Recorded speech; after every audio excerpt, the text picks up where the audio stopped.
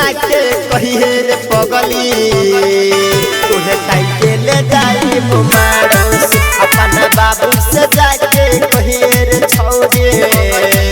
तुहे टाइम के ले जाई बुमारो से हे जाई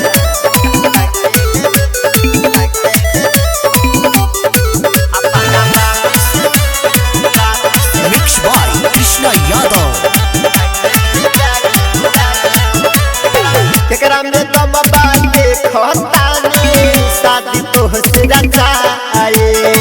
दोनों के जगह सुन रे पगली अरतियों कर जाए केकरा में दम बाटे खतानी शादी तोहसे रचाए दोनों के जगह सुन रे पगली अरतियों कर जाए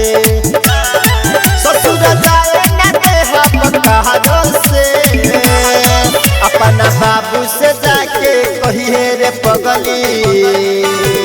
टाइम के ले जाई बुमारो से अपना बाबू से जाके कहिए रे पगली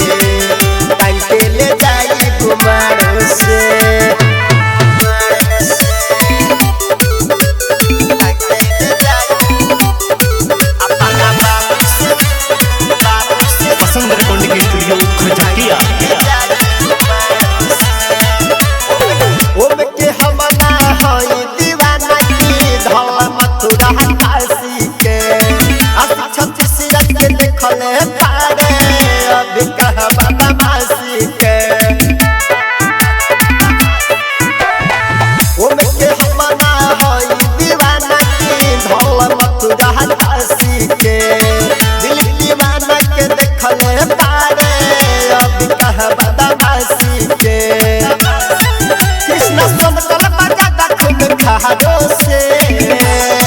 अपना बाबू से जाके कहिए रे पगली